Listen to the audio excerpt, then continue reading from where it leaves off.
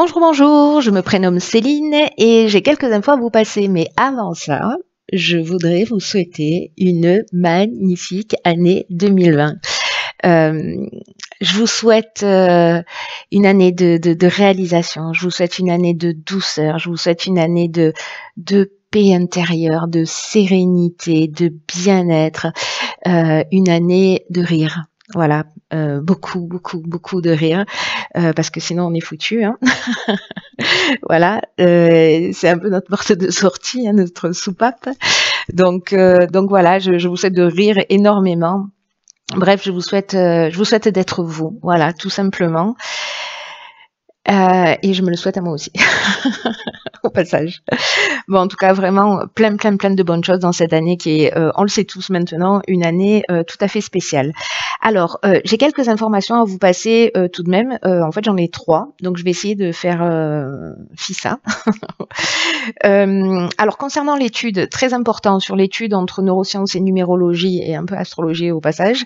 Merci pour tous vos retours. J'avais dit que je clôturais au 31 décembre, sauf qu'en fait, il y a beaucoup d'entre vous, un petit clin d'œil à Charlène en particulier, elle comprendra pourquoi, elle se reconnaîtra. Il y a beaucoup de personnes qui m'ont fait des demandes sur cette étude au mois de décembre en me demandant si elles pouvaient les rendre sur le mois de janvier, donc il n'y a pas de souci. Voilà, on ne se prend pas la tête. Je vais repousser la date des réponses jusqu'au 31 janvier. Merci infiniment pour vos retours. Il y a beaucoup de personnes parmi vous qui m'ont dit, et pour moi c'est déjà une partie voilà, très importante que les tests réalisés, ça vous avait aussi permis de réfléchir sur vous et d'apprendre des choses et de vous éclairer. Donc déjà rien que sous cet aspect-là, je trouve ça génial.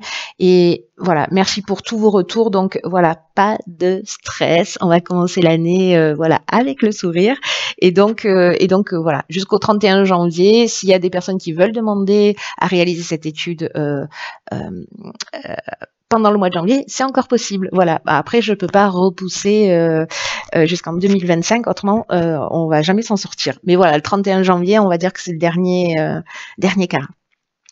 Donc voilà pour l'étude, pour détendre un peu, pour détendre un peu tout le monde. La deuxième chose, c'est que cette année, je vais faire les tirages d'une manière un petit peu différente. Je vous en avais parlé dans le tirage annuel, mais du coup, je vais vous expliquer.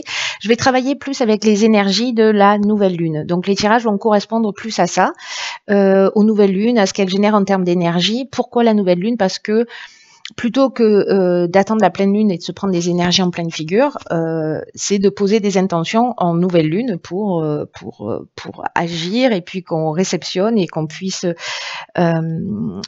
travailler avec ces énergies lunaires, puisqu'elles sont puissantes pour nous tous. Donc voilà, c'est travailler avec ces nouvelles lunes parce que c'est le début du cycle de nouvelle lune à nouvelle lune avec au milieu une pleine lune qui a un pic en fait d'énergie. Donc de faire les choses en conscience, voilà l'idée générale quand même, hein. Donc c'est pour ça qu'il vaut mieux pas attendre la pleine lune pour commencer à faire les choses en conscience puisque c'est un peu tard et donc on peut être plus bousculé que si on pose ses intentions d'une manière très concrète, donc on va travailler avec les énergies et les signes dans lesquels ces pleines lunes se passent. Voilà pour ça, donc c'est pas le cas évidemment sur le mois de janvier, enfin là, maintenant sur le tirage que je vais faire, mais à partir de fin janvier, ce sera le cas. Je crois que la prochaine est, je ne sais plus quand, 24, je crois, janvier. Donc vous aurez les tirages avant cette date-là. Qu'est-ce que je voulais vous dire d'autre? Ah oui, alors je vais vous parler des cartes comme ça, je le fais qu'une fois, donc soyez attentifs. Les tirages vont se faire de la manière suivante. Je vais utiliser le tarot des rêves pour le domaine professionnel, le tarot des voyants pour le domaine sentimental, le John Boer Tarot pour le domaine matériel et le domaine financier, et le tarot initiatique. Alors, je vous ai mis le petit livret, je vous explique pourquoi, parce que la boîte est géante. Voilà, donc, et le tarot initiatique pour tout ce qui est évolution personnelle, évolution spirituelle.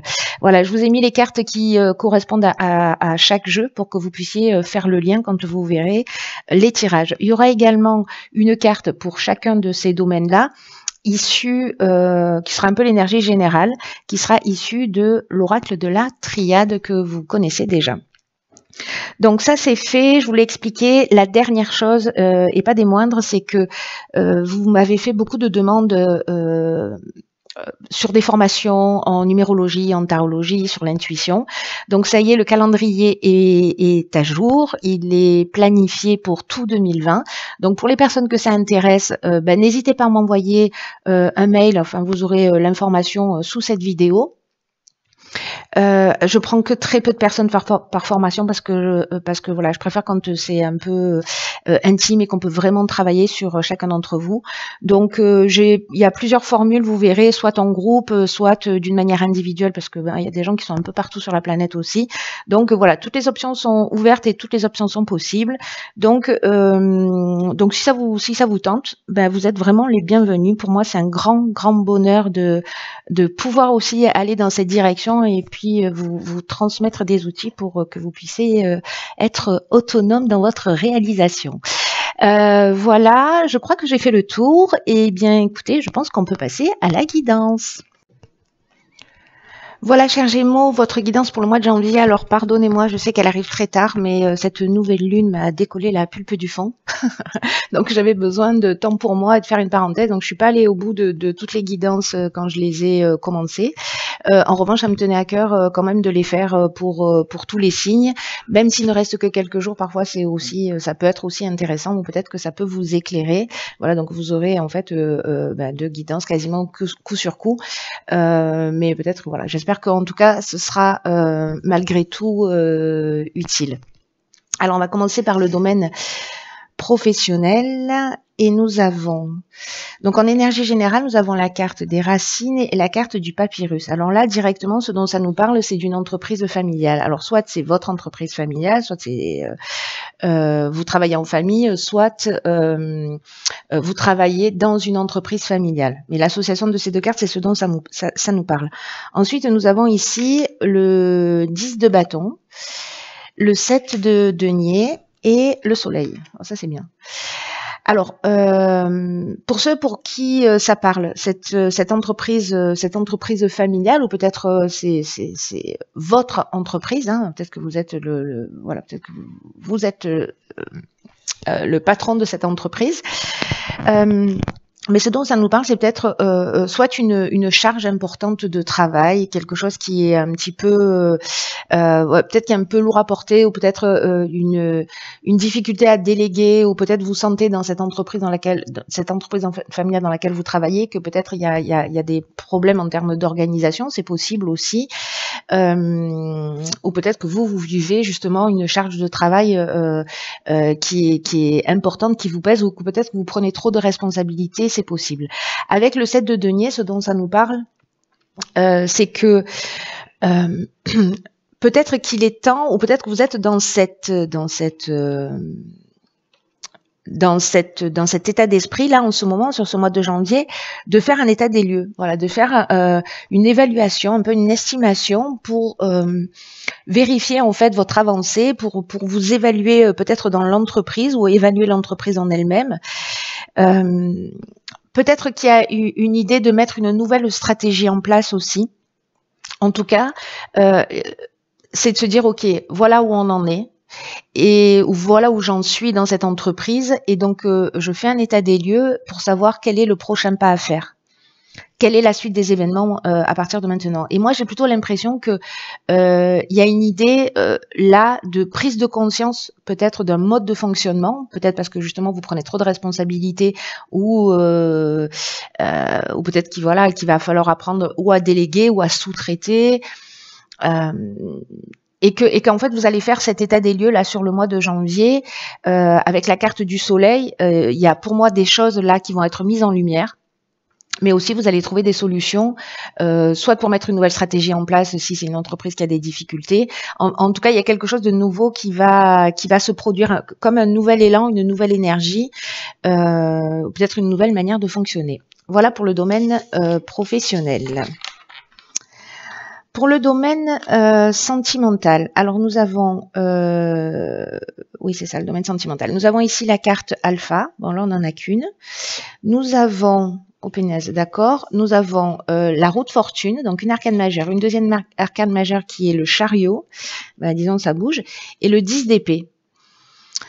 Alors moi j'ai l'impression que pour certains d'entre vous, c'est peut-être la fin de prise de tête, la fin de complications. Alors, soit ça peut être dans une relation où vous décidez en fait de basculer, de partir sur quelque chose de totalement nouveau parce que l'énergie principale là, l'énergie centrale, c'est la carte alpha, et sur le plan affectif, ça nous parle de nouveaux débuts. Alors soit c'est le départ d'une nouvelle relation amoureuse, c'est-à-dire que vous y allez, hein, que vous tentez, soit c'est une nouvelle rencontre que vous avez fait sur le mois de janvier, mais peut-être que c'est encore un petit peu flou. Il y a une idée ici de premier contact, il y a une idée de préliminaire. Mais j'ai l'impression que pour certains d'entre vous, il y a une idée peut-être soit de décider de sortir d'une situation avec ce 10 d'épée qui vous prend la tête, là, vous pouvez plus, vous êtes arrivé à saturation et vous avez envie de prendre un nouveau départ et donc vous faites ce qu'il faut. Voilà, peut-être que certains d'entre vous vont quitter une situation pour s'offrir un nouveau départ. Soit c'est l'idée de s'engager dans une relation sentimentale, peut-être avec quelqu'un de plus jeune que vous, c'est possible. Et donc peut-être sortir aussi d'une forme d'isolement, ou alors ça vous fout une trouille bleue, cet engagement. C'est possible avec ce 10 d'épée, vous vous prenez la tête, est-ce que je fais le bon choix, est-ce que je fais pas le bon choix, est-ce que c'est une relation qui existe déjà et on passe à l'étape suivante. Mais en fait ici il y a une idée d'avancer, de prendre des décisions, voilà, il y a vraiment une idée de se positionner, il y a vraiment une énergie qui bouge et pour partir dans une nouvelle direction, c'est-à-dire pour pas stagner peut-être dans un état qui est compliqué. Il y a du mouvement. Ensuite, alors au niveau matériel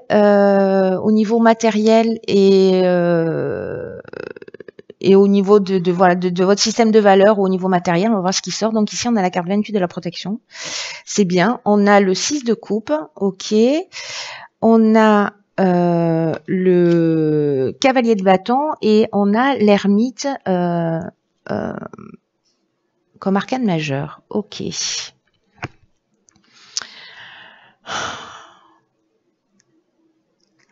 Alors, moi, j'ai l'impression ici que alors la carte de la protection c'est génial, hein, ça veut dire que tranquille, hein, sur le plan matériel, il y a quand même une idée de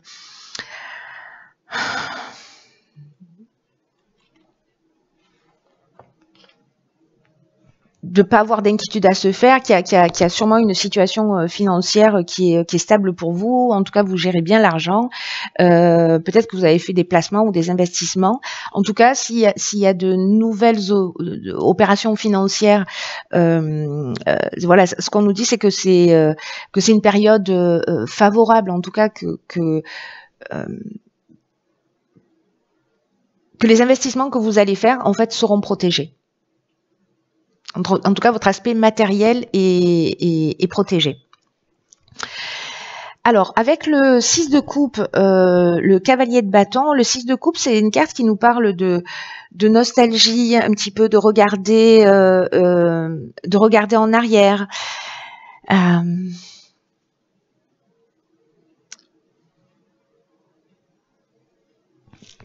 Il y a peut-être aussi une idée de se réconcilier justement avec ou un certain nombre de valeurs, ou avec précisément cet aspect matériel qui vous voilà, finalement vous vous sentez soulagé, vous voyez. J'ai l'impression qu'il y a quelque chose de cet ordre-là. Et ici, comment vous dire, vous savez, l'impression que j'ai, c'est qu'à un moment donné, même si vous êtes dans une situation financière qui est équilibrée, ici on a quand même quelqu'un qui est impétueux. Alors soit c'est le souvenir de vous dire, vous voyez, oui, mais avant j'étais en capacité de faire ceci ou de faire cela, et maintenant j'ai peur et je n'ose plus. Là, on vous dit déjà que c'est protégé si vous avez quelque chose en tête. Attention de prendre le temps d'y réfléchir. d'être à l'écoute en fait de votre enfant intérieur, d'être à l'écoute de votre intuition aussi. Peut-être que c'est la nostalgie d'un niveau de vie que vous aviez avant ou voilà d'un passé. Là, on vous demande quand même de réfléchir, de prendre le temps de vous reconnecter à vous. C'est ce que nous dit aussi l'ermite. Avant d'avancer avec ce cavalier de bâton, parce que lui, il est impétueux, il est impatient, il est téméraire.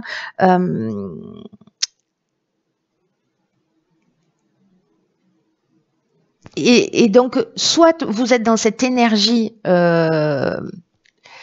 précisément de témérité où on y va, voilà, on est en mode rouleau compresseur, soit au contraire, on vous demande précisément de faire preuve d'un peu plus de témérité. Alors, est-ce qu'il y a des peurs qui sont liées au passé par rapport à des engagements que vous pouvez avoir, et comme on est aussi sur un système de valeurs, ça peut nous parler également des croyances, cet aspect-là.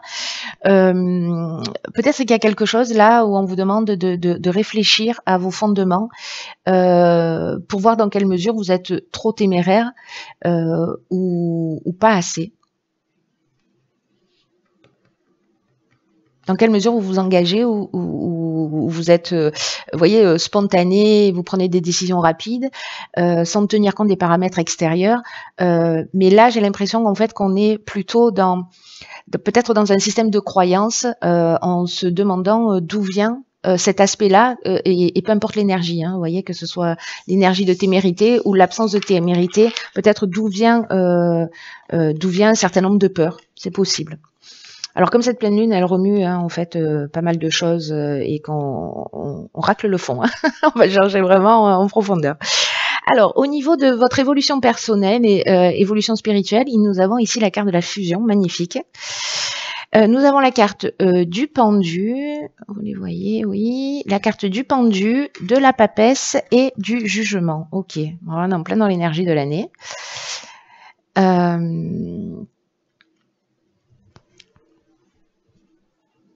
Alors, je crois que les Gémeaux, vous faites partie des signes qui ont été un peu, comment dire, épargnés pendant cette nouvelle lune. Enfin, je vous le souhaite en tout cas.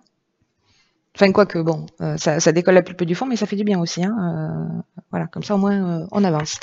Alors, je vais commencer par cette carte du pendu qui vous demande peut-être de changer d'angle de vue. De voir les choses d'une manière différente, et c'est peut-être ce qui va se produire parce que et j'aurais peut-être dû commencer par là, par la carte de la fusion. Il y a peut-être des gens qui sont vraiment ici dans une espèce de connexion, qui sont nourris par leur intuition, par quelque chose de plus grand qu'eux. Et avec un besoin aussi de transmission, de faire profiter aux autres de son expérience. C'est-à-dire que si vous avez modifié votre angle de vue, que vous avez une perception un peu différente, ici il y a une idée de la partager, parce que ça pourra aider d'autres personnes. Donc là, il y a peut-être au niveau émotionnel des choses qui sont un petit peu bousculées, ou peut-être vous sentez une connexion plus intense, soit avec vous-même. Mais il y a une idée ici que la connexion, elle est tellement importante que soit il y a des prises de conscience vraiment très fortes qui font que justement vous avez peut-être l'impression que ça stagne, mais en fait non, c'est juste qu'en fait vous êtes en train de transformer votre perception peut-être de la réalité ou des événements ou des situations. Donc ça c'est vraiment possible. Peut-être que vous êtes rentré dans une période aussi de lâcher prise, de couper avec le passé. Alors on l'a vu hein, sur les étapes précédentes, sur les différents tirages précédents là, qu'il y a peut-être une idée de couper avec le passé, de couper avec un mode de fonctionnement, peut-être de supprimer vos peurs dans le domaine sentimental pour vous lancer dans une relation ou pour arrêter quelque chose. Voyez, donc il y a peut-être quelque chose comme ça qui est plus fort que vous, mais qui est là pour vous faire avancer et qui vous fait agir. Il y a peut-être une idée aussi, il y avait l'entreprise familiale tout à l'heure, de réparer tout ce qui est lié à la généalogie.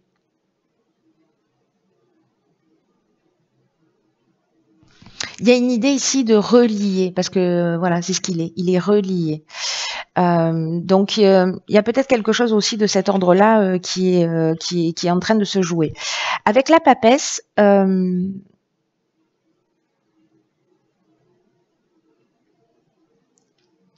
y a une idée en fait de perception entre ce que l'on voit de soi et de ce que l'on veut révéler aux autres et de ce que l'on veut montrer.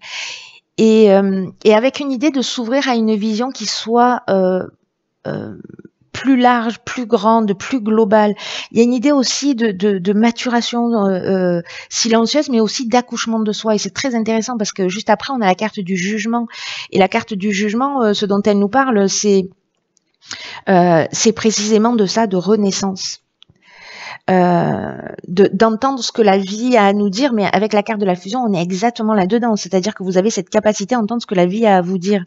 Cette capacité à mettre du symbolisme dans l'ordinaire, de voir les liens de cause à effet, d'observer toutes les synchronicités,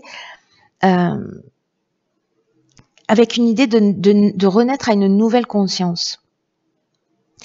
Et dans l'énergie opposée, parce qu'on peut être là, c'est précisément de rester sourd en fait aux appels de la vie. Peut-être de s'enterrer dans un certain nombre de certitudes, et là, dans ce cas-là, on reste bloqué dans une situation. Peut-être de rester dans un héritage biologique aussi, de son système d'éducation, d'un certain type de tradition, et du coup, en fait, il y a une non-évolution, avec une idée peut-être de rester dans un statut de victime et de refuser de grandir, ou d'être dans une forme de jugement aussi, parce que la carte du jugement, elle nous parle de ça. Mais dans sa version lumineuse, cette carte, vous renaissez à une nouvelle conscience. Ici, on accouche de soi, on change de point de vue, et je pense qu'en fait, pour certains d'entre vous, il y a vraiment une connexion qui est super forte. Voilà. Donc, vous me direz ce qu'il en est pour vous. Et puis, écoutez, je vous souhaite de passer ce qui reste du mois de janvier, de le passer d'une manière très douce. Et peut-être que ce tirage-là, si vous avez l'occasion de le voir, peut-être que pourra éclairer certains événements aussi qui se sont produits sur ce mois de janvier. Voilà, chers Gémeaux, je vous embrasse très très fort. Prenez vraiment bien soin de vous. Et puis, je vous dis à très vite pour un nouveau tirage.